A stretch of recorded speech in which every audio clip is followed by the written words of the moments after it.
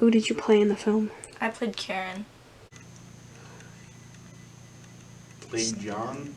I was the voice of Sean. He was physically presented by another actor, but I did his voiceover.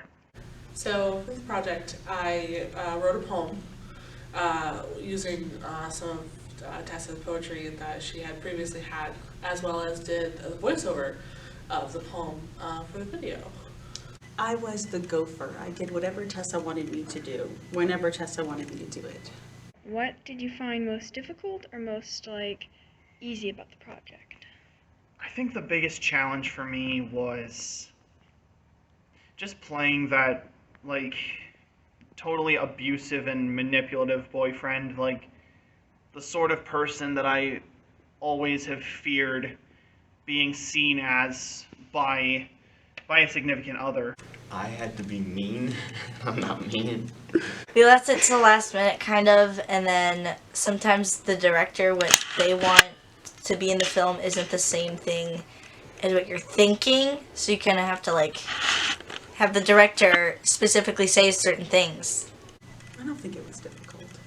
Inconvenient at times, but not difficult. And then, do you think it's important that people be educated about toxic relationships? Yes. Why? So they know to steer clear of that. It's important because toxic relationships aren't really something you can see on the surface.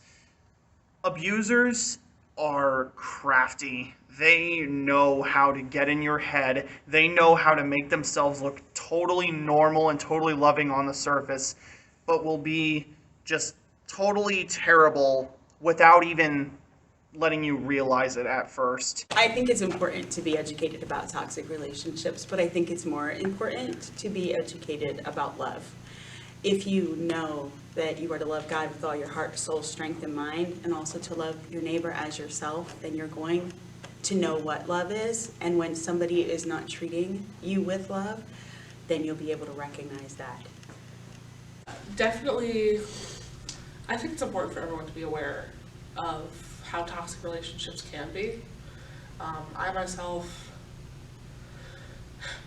not that I've been in toxic relationships, but I've definitely seen it. And it's important to be aware of those signs. It's important if you see someone struggling that maybe offer some advice, or if they don't want advice, they don't want your help, mention it to somebody else, just someone that they might trust, because it's never easy to get out of those situations, and it's so easy to continuously fall into them again and again.